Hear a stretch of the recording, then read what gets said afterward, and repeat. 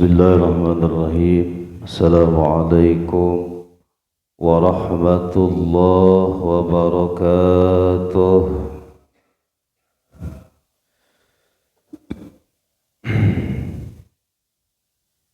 Alhamdulillahi rabbil alamin.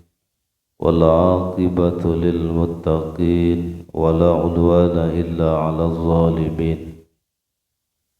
Salatu wassalamu ala ashrafil anbiya'i wal mursalin Sayyidina wa maulana Muhammadin wa ala alihi wa ashabihi ajma'in.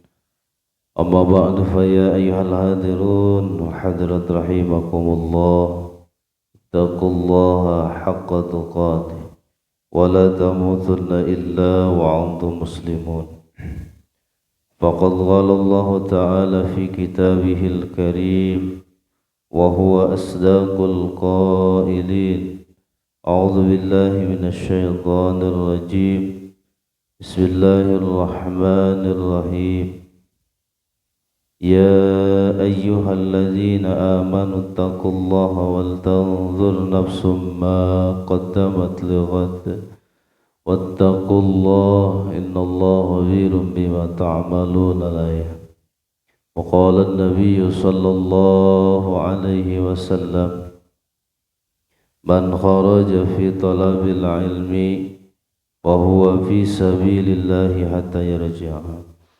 صدق الله العظيم وصدق رسوله النبي الحبيب الكريم ونحن على ذلك من الشاهدين والشاكرين walhamdulillahi rabbil alamin. Hadratul kiram muhtaram, saya hormati fadikaim beserta jajarannya, para asatidah para hujah seluruh jamaah Masjid Jami' At-Taqwa, yang mudah-mudahan kita semuanya selalu dijaga, dipelihara Allah Subhanahu wa taala. Tama-tama marilah kita panjatkan puji syukur kehadirat Allah Subhanahu wa taala. Salawat beserta salam semoga tercurah limpah kepada Faduqa Alam Habibana Karim wa Nabiyana Karim Muhammad sallallahu alaihi wasallam. Tak lupa para keluarganya, para sahabatnya, para tabi'in, para atba' tabi'in, mudah-mudahan sampai kepada kita selaku umatnya. Amin. Ya Allah ya Rabbal Alamin.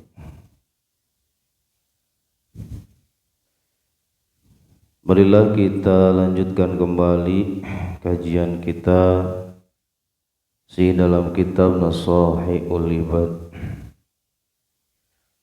yang mudah-mudahan menjadi wasilah kita diberikan nur oleh Allah Subhanahu wa taala, ilmu yang bermanfaat untuk kita fid din wa dunya wal akhirah.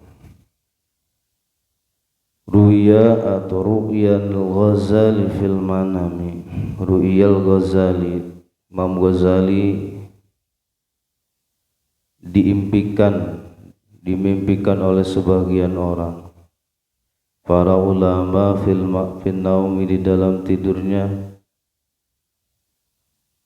Faqila lahu ma fa'allallahu bika.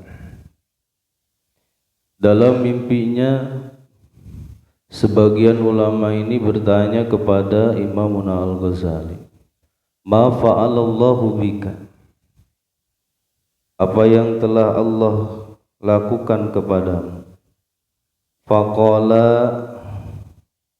awqafani baina yadayhi, Allah Subhanahu wa taala memberhentikan aku di hadapannya. Wa qala li bima qaddamta alayya.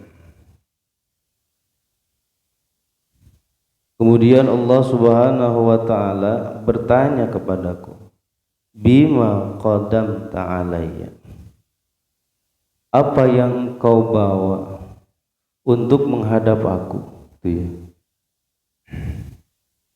Fasirtu adzkuru a'mali, maka ketika itu aku sebutkan, ku ceritakan amali amal-amalku. Kita tahu bahwa amal-amal beliau Masya Allah banyak sekali, amal-amal kebaikan.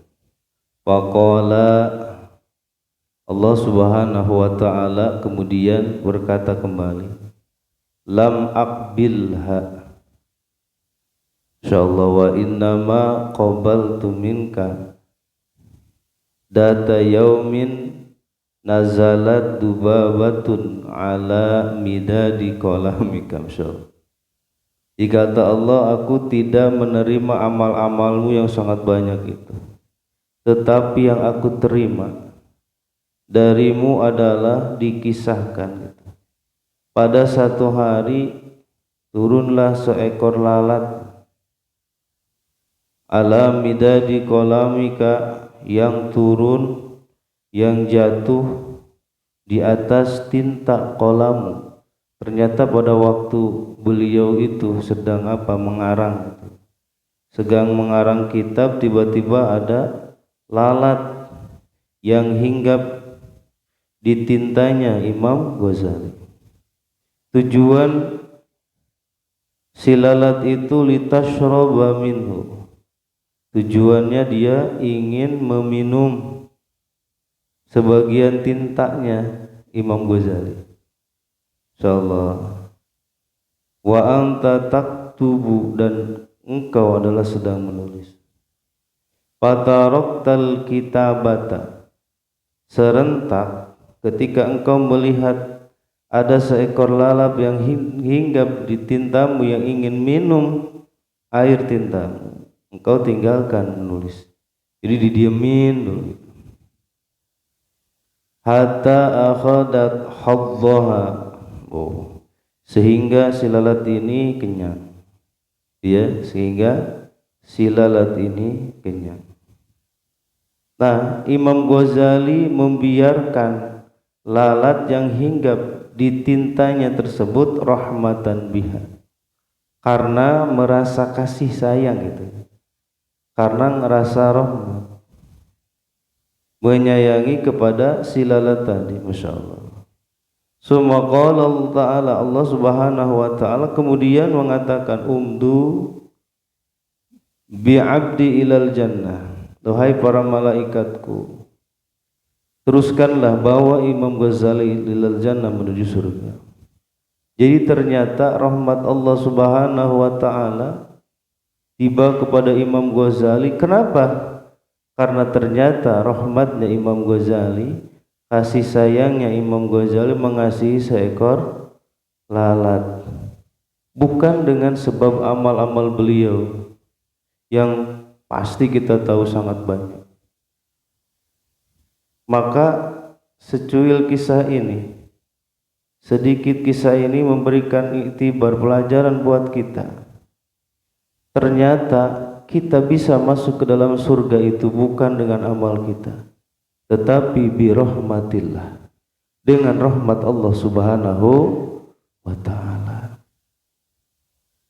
Makanya kalau kita nih dibandingkan dengan Imamuna Al-Ghazali, amal kita kira-kira banyakan mana ya? Dalam hal sholat saja kira-kira ibadah satu saja sholat sudah jauh. Bahkan Imam Ghazali mengatakan khusyuk itu termasuk rukun sholat. Dia di dalam kitab Ihya, kehusuan itu adalah termasuk rukun sholat. Berarti hebatnya sholatnya Imam Al-Ghazali. Ternyata bukan dengan amalnya beliau lah Allah Subhanahu wa Ta'ala masukkan beliau ke dalam surga, tetapi dengan kasih sayangnya menyayangi seekor lalat. Insyaallah, ini ke seekor lalat saja Allah Subhanahu wa Ta'ala memperhitungkan sampai-sampai beliau bisa masuk ke dalam surganya Allah Subhanahu wa Ta'ala. Tarik kesimpulan, apalagi kepada sesama kita, gitu ya, apalagi kepada sesama manusia. Ke lalat saja Allah perhitungkan rasa kasih sayang kita. Allahu Akbar. Makanya hati-hati ketika kita punya benci, punya dendam, hasud, zalim kepada orang. Kenapa? Karena nanti itulah yang akan mencelakakan kita. Awas ya, sebelum meninggal jangan sampai ada kebencian, ada kedengkian, ada kezaliman dalam diri kita, membenci seseorang. Apalagi banyak orang yang kita benci. Jadi kita kembali kepada Allah Subhanahu wa taala seperti kita dilahirkan, kita tidak pernah membenci seseorang. Itu. Masya Allah, ini pelajaran yang sangat berharga, Pak. Pelajaran yang sangat berharga. Bahkan ada kisah-kisah yang lain, seorang pelacur gitu. Ini sering sekali dikisah-kisahkan. Sampai dia bisa masuk ke dalam surga. Kenapa? Karena rahmatnya, karena rasa kasih sayangnya terhadap seekor anjing. Masya Allah. Apalagi kepada manusia. Masya Allah. Makanya kebiasaan orang tua kita dulu yang sekarang jarang ditemukan. Apa? Menyimpan tempat air di depan. Betul ya? Dulu di setiap rumah itu ada tempat air. Siapa tahu ada orang yang musafir yang lewat, yang kehausan, yang membutuhkan minum. Gitu ya. Sekarang jarang. Ada. Ya Allah, diumpetin air teh gitu. Seharusnya ada di depan. Siapa tahu ada orang yang kehausan. Dan siapa tahu lagi itulah yang akan menyelamatkan kita, itu ya. Masya Allah, dengan kasih sayang kita, dengan rahmat kita kepada orang yang lewat, yang meminum air yang kita siapkan itu menjadi penyelamat tuh, wasilah kita selamat daripada siksa Allah dan kita dimasukkan ke dalam surganya Allah Subhanahu. Makanya lakukanlah kebaikan sebanyak mungkin, apapun itu bentuknya. Kebaikan apapun, sekecil apapun kebaikan kita lakukan, tebarkan kebaikan kepada orang. Kenapa? Karena rahmat, karena kasih sayang kita kepada makhluk-makhluk Allah yang lain. Khairun nas anfa'uhum linas, sebaik-baiknya manusia adalah manusia yang paling bermanfaat untuk orang lain. Coba kita tadaburi diri kita sendiri. Kita introspeksi diri kita sendiri, apakah di lingkungan kita itu menjadi orang yang apa? Yang menyelesaikan masalah orang? Apakah menjadi orang yang pembuat masalah? Itu ya. Apakah kita hidup di satu daerah, orang tetangga, orang lain itu merasa nyaman, merasa tenang ketika ada kita? Ataukah sebaliknya ketika kita ada di lingkungan itu, bahkan kita itu menjadi orang yang dibenci orang? Bahkan orang itu pengen lekas-lekas kita tidak ada di sana. Masya Allah. Nah ini ya, ini pelajaran yang sangat berharga sekali. Pelajaran yang sangat berharga. Makanya tidak pantas kita menyombongkan amal kita. Tidak pantas kita pamer bahwa kita adalah ahli surga. Seolah-olah surga dan neraka itu punya kita. Sampai-sampai kita menjudge orang lain, menghukumi orang lain kafir, masuk neraka dan sebagainya. Seolah-olah kita adalah ahli surganya, bahwa kita adalah yang memiliki surga yang kapan saja bisa masuk ke dalam surga. Masya Allah. Awas ya, jadi masuk surga itu dengan rahmat Allah Subhanahu wa ta'ala. Bahkan dikisahkan lagi, ada seorang ahli ibadah dulu yang beribadah 40 tahun di atas gunung, tidak tercampuri dengan kemaksiatan dan dosa-dosa. Ketika akhir di masa kehidupannya, di akhirat di sidang, kata Allah, bawa hambaku masuk ke dalam surga birahmati, tuh dengan rahmatku. Nah si hamba ini agak sombong dikit. Ya Allah, amal ibadahku kemana gitu bahasanya. Saya pengen masuk surga dengan amal ibadahku yang 40 tahun tidak tercampur maksiat dan dosa-dosa. Kata Allah, baik, kalau kamu memang memaksa pengen masuk surga dengan amalmu, yuk kita hitung-hitungan. 40 tahun amalnya itu yang tidak tercampuri maksiat dan dosa, itu disimpan dalam cangkokan yang satu. Terus Allah simpan lagi dalam cangkok yang satu apa? Nikmat mata sebelah. Itu ya, bukan semuanya nikmat yang Allah kasih, cuma Allah simpan itu nikmat mata satu belah. Ternyata amal yang 40 tahun yang banyak itu, kata dia gitu, itu ternyata lebih ringan dibandingkan dengan nikmat mata sebelah. Ya Allah, apalagi dua-duanya. Itu baru sebelah saja. Amal yang 40 tahun tanpa ada maksiat kalah. Allahu Akbar. Insyaallah gitu. Itu ternyata amalnya itu tidak ada apa-apanya sama sekali. Masya Allah. Itu ya, sampai-sampai kata Allah, udah kamu gak ada amalnya nih. Itu ya, dibandingkan mata sebelah saja nggak bisa gitu mengunggulinya. Udah kamu ke neraka gitu ya. Ambil malaikat nih, gusur dia ke neraka. Ya Allah, dia nangis gitu. Ya Allah, baiklah. Itu ya, saya pengen masuk ke dalam surga dengan rahmatmu. Jadi ternyata rahmat Allah, kasih sayang Allah. Makanya memandang siapapun, memandang orang manapun, itu jangan didahului dengan rasa benci. Ini ya, jangan didahului dengan rasa benci. Kenapa? Nanti akibatnya, walaupun orang lain berbuat kebaikan sebaik apapun, dia ngomongnya sebaik apapun, tetap dianggapnya apa? Jangan salah. Kalau didahului dengan apa? Tidak suka. Ya, karena didahului dengan benci, maka pandanglah orang dengan rahmat, pandangan roh. Kalau kita ingin dipandang Allah dengan pandangan penuh rahmat dan kasih sayang, pandanglah orang-orang dengan kasih sayang. Masya Allah. Enak apa enggak kira-kira Pak? Enak. Kalau kita memandang siapapun dengan pandangan kasih sayang, enak Pak. Coba kalau kita benci, pandangannya benci baik ke orang itu. Masya Allah. Makanya kebaikan orang itu nggak kelihatan, padahal baik dia. Gak ada masuk jahat ke kita, karena kitanya punya kebencian dalam diri kita. Makanya hapuskan kebencian, kedengkian, kehasudan, kezaliman dalam diri kita. Karena itu penyakit. Karena itu penyakit yang ada dalam diri kita. Enak Pak kalau kita penuh kasih sayang. Makanya Rasul itu rahmatan lil alamin. Coba kalau Rasul berdakwah gimana kira-kira? Gitu ya, Rasul berdakwah kira-kira gimana? Apakah penuh dengan kebencian? Tidak. Rasul berdakwah itu dengan penuh rahmat.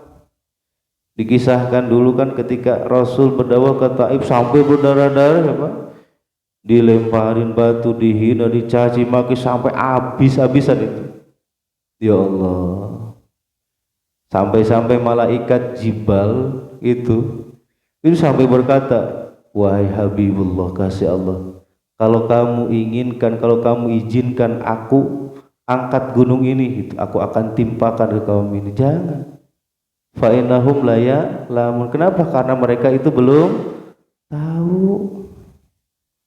Itunya, Allahumma hdi qaumi fa innahum la ya'lamun. Gitu malahan doanya Rasul. Ya Allah, berilah mereka hidayah karena mereka belum tahu. Itulah hebatnya dakwahnya baginda Rasulullah sallallahu alaihi wasallam. Makanya Islam tersebar kemana-mana, bukan dengan kebencian, tapi dengan rahmatan lil alamin. Begitu. Sekarang kita penuh dengan kebencian, kita dengan tetangga kita, Masya Allah, belum beres-beres masalah. Betul ya Allah, dengan rekan kerja kita saingan, itu betul Allah gitu. Kalau kita pedagang dengan pedagang yang lain, kita waduh ya lebih maju lagi dari kita kan, timbul kehasudan dalam diri kita. Masya Allah. Itu awas ya, tipu daya setan itu begitu lincah, begitu manis. Itu ya, menghasut, itu menjauhkan kita daripada rasa kasih sayang kita terhadap makhluk-makhluk Allah Subhanahu wa taala yang lain itu. Maka tebarkanlah kasih sayang. Selanjutnya wa fi qaulihi sallallahu alaihi wasallam yarhamukum. Nah ini ya. Yarhamukum inu riwayatani al-jamu al-anazabul amri arrafu. Ini bisa dibaca yarhamukum yarhamkum. Nah ini ilmu nahunya, ini ilmu alatnya. Kemarin kan irhamu man fil ardi yarhamkum gitu. Bisa yarhamkum, bisa dibaca yarhamukum. Tuh bacanya. Ini menurut ahli nahu gitu ya. Kalau para santri ini bagiannya. Nah, selanjutnya wa fi asbabi husnil khatimah. Nah, ini pentingnya karena kita selalu berdoa, ya Allah, matikanlah kami dalam keadaan husnul khatimah. Ini sebab. Wa min asbabi husnil khatimah, dan di antara sebab-sebab kita meninggal dalam keadaan bagus yaitu al-muwadhabatu ala hadad doa. Nah, di antaranya di sini ada doanya, kita langgengkan, kontinyukan, dawamkan doa ini. Mungkin sebagian di antara kita ada yang sudah hafal ya. Nah, doanya Allahumma akrim hadhil ummatal muhammadiyah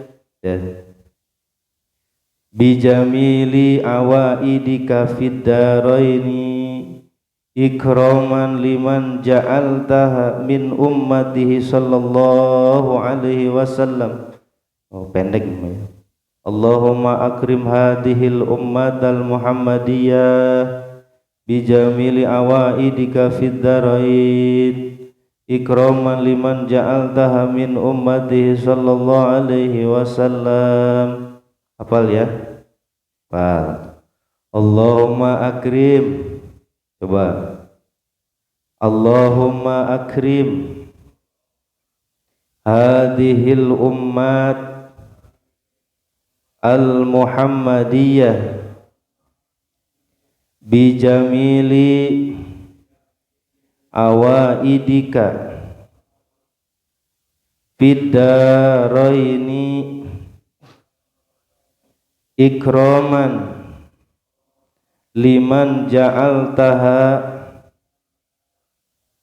min ummatihi sallallahu alaihi wasallam. Nah, itu doanya ya. Nanti dilihat lagi di YouTube-nya lah. Kalau lupa, atau kalau perlu di WA-nya insyaallah kalau ingat.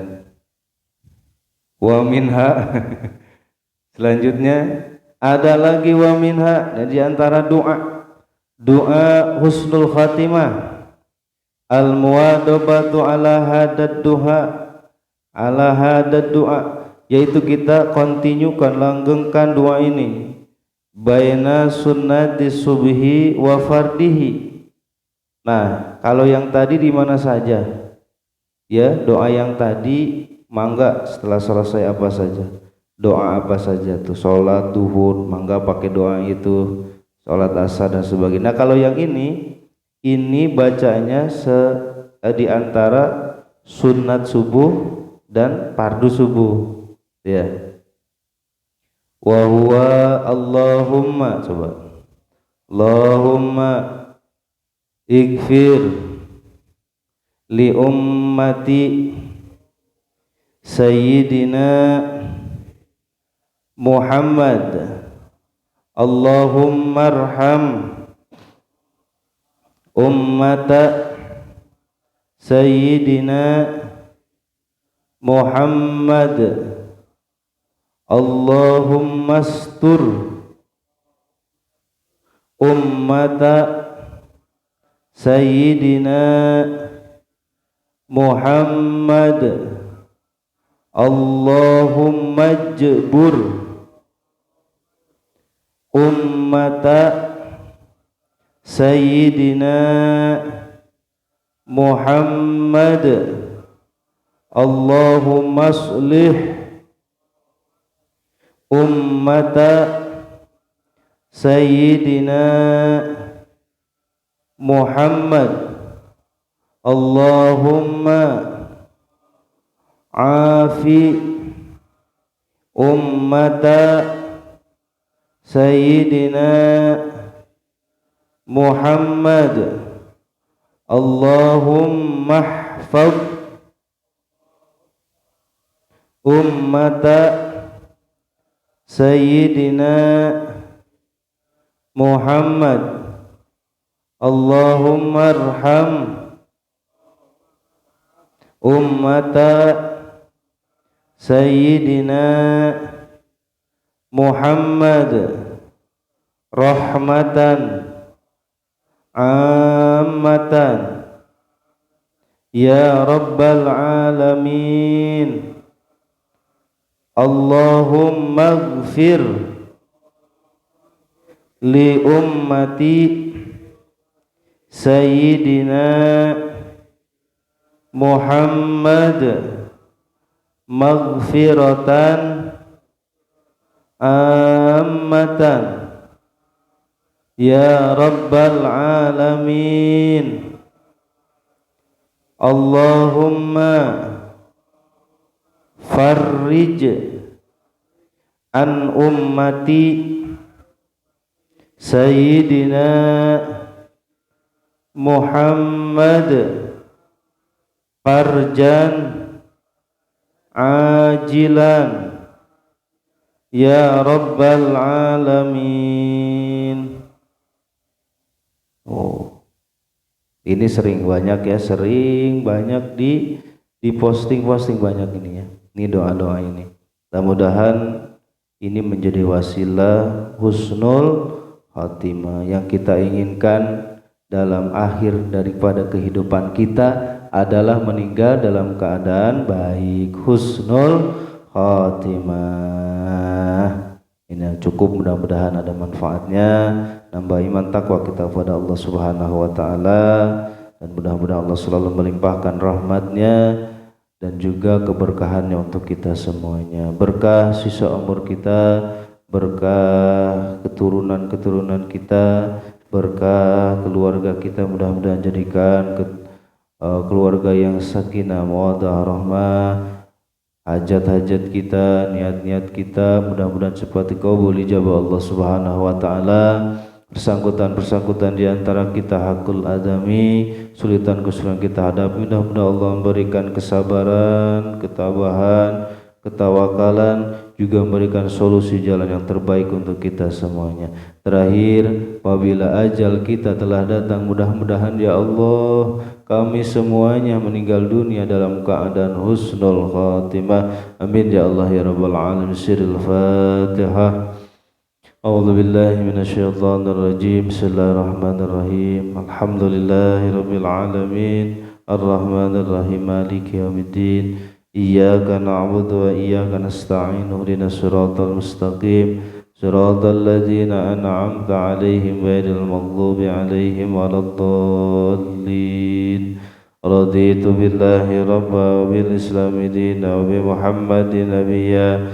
Raditu billahi rabba wa bil islami dina wa bi Muhammadin nabiyya. Raditu billahi rabba wa bil islami dina wa bi Muhammadin nabiyya. Ashhadu an la ilaha illallah wa ashhadu anna Muhammadar Rasulullah. Marilah kita tutup pengajian kita dengan doa kifarat majlis. Subhanakallahumma wa bihamdika asyhadu an la ilaha illa anta astaghfiruka wa atubu ilaik. Terima kasih atas segala perhatian, mohon maaf segala kekurangan. Usikum wa nafsi bittaqwallah. Wallahu muwaffiq ila aqwamit thoriq. Wassalamualaikum warahmatullahi wabarakatuh.